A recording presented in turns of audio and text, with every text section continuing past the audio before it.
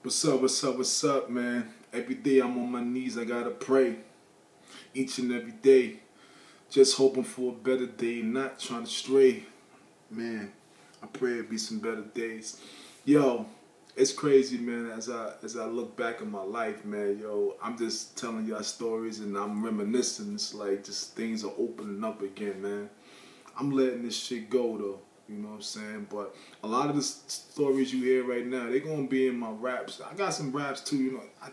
I like music to help me vent, you know. But since I've been just talking about my pop so far, we gonna keep that shit flowing.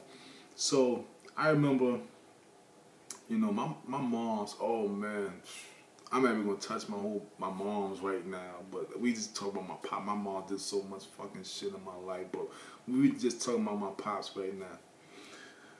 My mom found out I started smoking weed at 12 years old. You know what she said? So you want to smoke weed? Okay. I'm gonna send you with your pops for a day. Now, I'm thinking to myself now, like, what the fuck was on her mind? Like, you know, sending me with my pops, like, what the hell was that supposed to do? You know what I'm saying? And you're gonna hear the story and you're gonna see why. So my mom sent me to my pop. He come over. Oh, you want to smoke weed? Okay, okay. I'm 12 years old. Remember, I'm 12. I'm an adolescent. I don't know about some of you guys, but I haven't even reached puberty yet. You know, my voice was still squeaky. Talking like this. Yeah, you know. So my pops takes me to his neighborhood, to the block, the same block where he grew up at and my mother grew up at as little kids. He take me on the block and there's the store. I know it to be the candy store. The candy store. So he says, listen, this is what I want you to do. He take me to the back of the store. So right on the block, there's like an alley. There's nothing but grass. No, my fault. It's not an alley. It's a lot. Like in New York, we have lots where it's just empty space and it's grass. And so we get under the gate. In fact, he cut out a hole in the gate and we go in there. And then it's like piece of brick or like it's a hole in the wall. I don't know how the hole got there, but it's a hole in the wall and he pulling out like concrete and, you know, brick. And he said, this is what I want you to do. He said, stick your hand in there and reach and grab, and what you get, pull it out. So I'm like, what is this? Nothing here. And I'm like, okay, I got this. I pull out a bag and give it to you. I keep going. And I pull out another bag. Boom. In one bag there's money. In the other bag there's weed. He said, all right. So then he put the brick back in there and stuff. And we leave.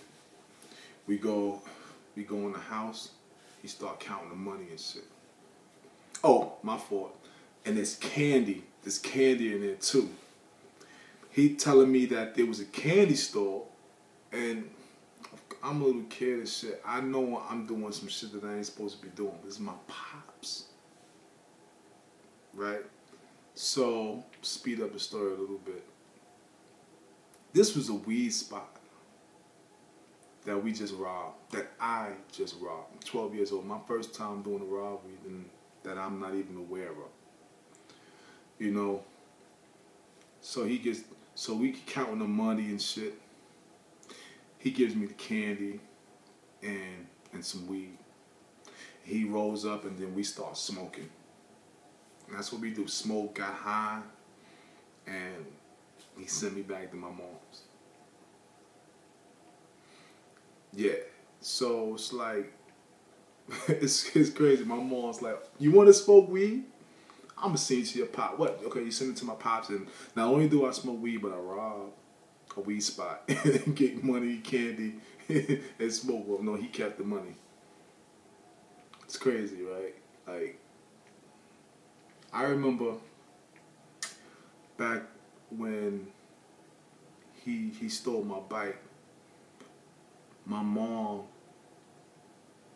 was asking me, so is everything all right? I'm like, yeah, what do you mean is everything all right?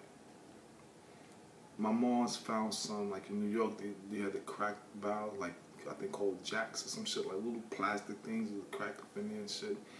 It said, I found this in the house. I'm like, that shit ain't mine.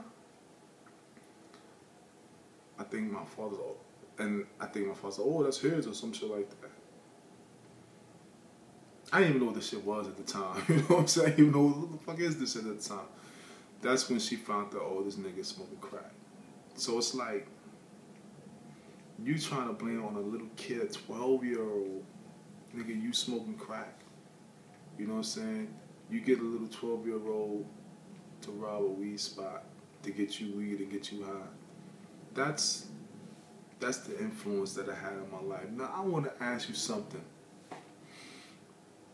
You can't judge a 12-year-old for some shit like that. You know what I'm saying? That you fucking supposed to be a parent, nigga.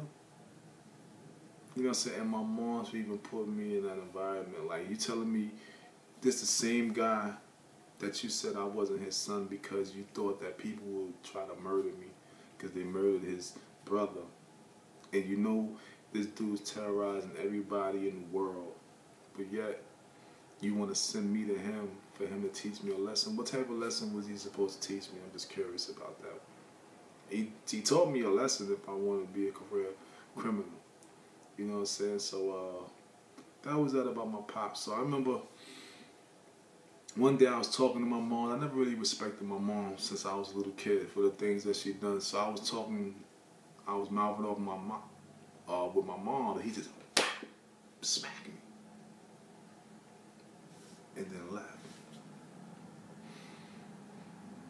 Something sparked in me, and I knew right there one day I want to kill this dude. That's how I felt. So fast forward, something he did, he like disrespected me one day. And I'm like, it's probably like maybe 6 years ago, you know. I'm in my 20s, you know. Disrespected me.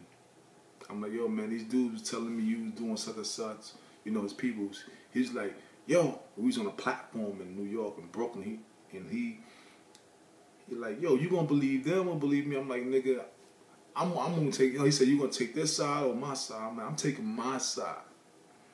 So, since my pops is mad giant, he had a bed, he put his bed down, boom, on the platform, and he goes up to me, you know, and he like, looking down at me, because I'm like this to him. I throw my hands up, what? Bouncing back and forth, just catch him. Boom! I caught him like right here, like, and I'm thinking like, I ain't catching him in your jaw, I ain't catching you in your rib, I just caught you right here. And then, he said, okay. And he sat down. He's like, come on now, come rush me. I'm like, man, get up. So anyway, I won that day. Yeah, I struck him.